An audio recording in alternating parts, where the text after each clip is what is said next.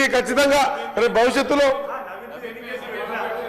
నవీన్ మీద ఎన్ని కేసులు పెట్టినా నవీన్ గెలిపించుకునే ప్రయత్నం చేసినాం. ఇంకొక మాట చెప్తాను అధ్యక్ష, దయచేసి ఒక్కటే ఒక నిజమైన మాట ఆత్మసాక్షి చెప్తున్నా అధ్యక్ష. నేనైతే నిర్భయంగా మాట్లాడతా అధ్యక్ష సబ్జెక్ట్ వచ్చినప్పుడు. ఒకవేళ ఎవరి సలహాలు సూచనల మేరకు ఎవరో ఏదో ఆడిపిస్తే ఆడిట్టే విధానం మీకు మాకు ఎవరికి ఉండొద్దు.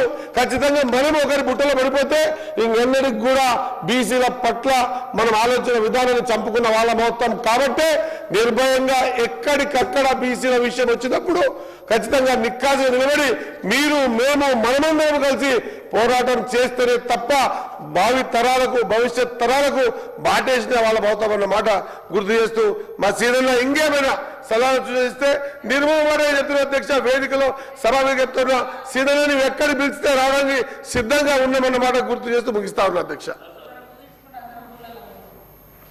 సార్ సంతోషం శ్రీహర్ అన్న, నేనేమో ఈ లంబా చౌడ ఎందుకు అని చెప్పి ఇక మళ్ళీ అంతా కాంట్రవర్సీ అవుతాయని నేను సబ్జెక్ట్ పక్కన పెట్టిన. నువ్వేమో మా అల్లుని నువ్వేమంటున్నావు మా అల్లుని నిలబెట్టి హైదరాబాద్లో గెలిపించినామంటున్నావు. నా అల్లుని నిలబెట్టి హైదరాబాద్ సిటీలో మీరు గెలిపించినట్టు సంతోషం. అంటే నేను చెప్తున్నా అర్థమైతే రెండోసారి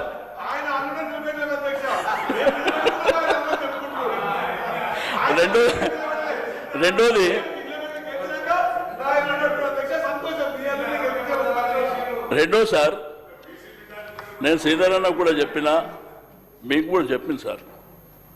సరే ఎందుకు నాకు అవకాశం ఇచ్చారు థ్యాంక్స్ అని చెప్పి నేను కూర్చున్నా అన్న. మళ్ళా పాత విషయాలకే పోతుండు ఇంప్లీట్గా అమ్మన్నా. అవి జడ్జిమెంట్లు ఉండే అధ్యక్ష, 50% కంటే మించి ఉంటే అవి చెల్లవు అని చెప్పి సుప్రీంకోర్టు జడ్జిమెంట్లు హైకోర్టు జడ్జిమెంట్లు ఉన్నాయి. ఎవరు ఇంప్లీట్ అయినా జరగదు. జయలలిత గారు 69% అప్పుడు పివి నరసింహారావు గారికి ఆ రాష్ట్రంలో ఆ సంఖ్య అవసరం ఉండే. కాబట్టి ఆమె ధైర్యంగా నిలబడి నా సంఖ్య ఇది క్లియర్ చేస్తే నేను సపోర్ట్ చేస్తా అంటే అది జరిగింది, అక్కడ జరిగినటువంటిది. కాబట్టి దయచేసి నేను ఏమంటే ఇంకా విమర్శ ప్రతి విమర్శ నాకు నాకు అట్లా కాదు.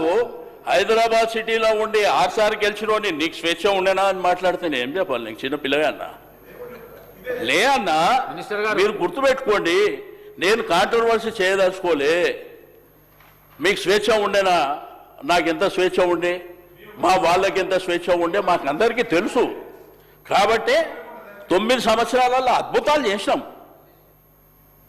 కాబట్టి దయచేసి నేను 9th షెడ్యూల్ పక్కన పెట్టండి, అది జరిగేటప్పుడు జరుగుతుంది, పోరాటం చేస్తాం, బలమైనటువంటి ఉద్యమాన్ని కూడా నిర్మిస్తాం, అది వేరే విషయం.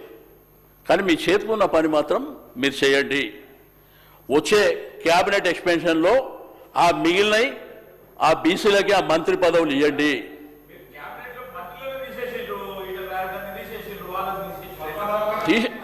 తీసే శ్రీధరన్న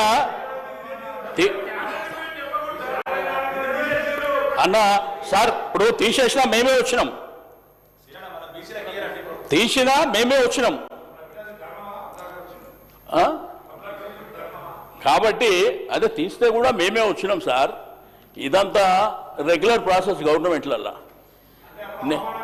నేనేమంటున్నా, నువ్వు మంత్రి అవుతావా లేకపోతే నువ్వు కొట్లాడుతావా?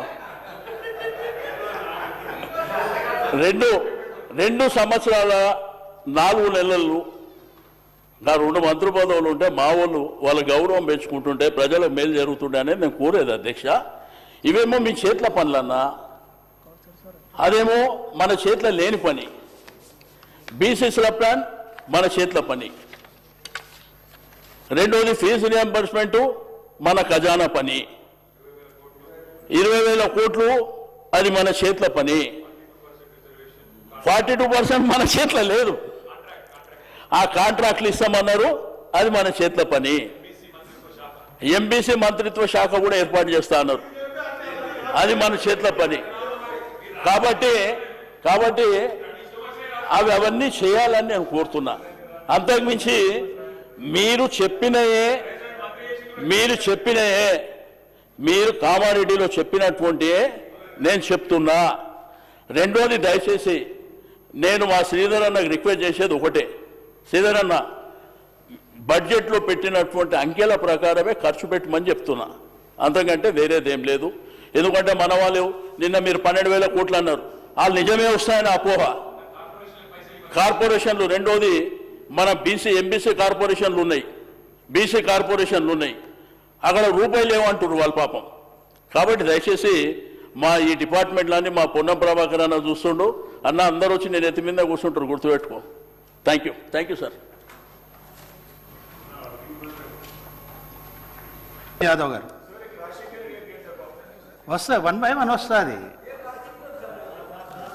Thank you sir. సార్, మా జూబ్లీహిల్స్ నియోజకవర్గంలో కృష్ణానగర్, రహమత్ నగర్, అంబేద్కర్ నగర్ అండ్ ఎర్రగడ్డ ప్రాంతాల్లో నాలాలన్నీ కూడా స్టిల్ట్ నిండిపోయి వర్షాకాలంలో చాలా ఇబ్బంది గురవుతున్నారు స్పీకర్ సార్, పబ్లిక్ అంతా కూడా. మొన్న అసెంబ్లీ జరుగుతున్నప్పుడు పడినటువంటి 15 నిమిషాలు వర్షానికి ఆ ప్రాంతం అంతా కూడా చాలా ఇబ్బందికి గురైన పబ్లిక్ అంతా కూడా. మా గౌరవ ఇన్ఛార్జ్ మంత్రి పొన్నం ప్రభాకర్ అన్న అండ్ హైడ్రా కమిషనర్ గారు, జిహెచ్ఎంసీ కమిషనర్ గారు వచ్చి స్పాట్స్ కూడా విజిట్ చేయడం జరిగింది. ఆ డీసెల్టింగ్ అంతా కూడా 56 కోట్ల రూపాయల నిధులు శాంక్షన్ అయినాయి మా ఖైరతాబాద్ జోన్కి అని చెప్పడం జరిగింది. ఇంకా వర్క్స్ స్టార్ట్ కాలేదు. తమ ద్వారా మా మంత్రి గారిని కోరుతా ఉన్నాను, వర్క్స్ స్పీడప్ చేసి ఈ సమ్మర్లో ఆ నాలాస్ అన్ని కూడా డీసెల్టింగ్ కనుక చేయగలిగితే ఆ ప్రాంతంలో 60-70% సమస్య తగ్గుతుందని చెప్పి తమ ద్వారా మంత్రులకి గుర్తు చేస్తూ పనులు స్పీడప్ చేయాలని కోరుతూ నాకు అవకాశం ఇచ్చినందుకు ధన్యవాదాలు స్పీకర్ సార్.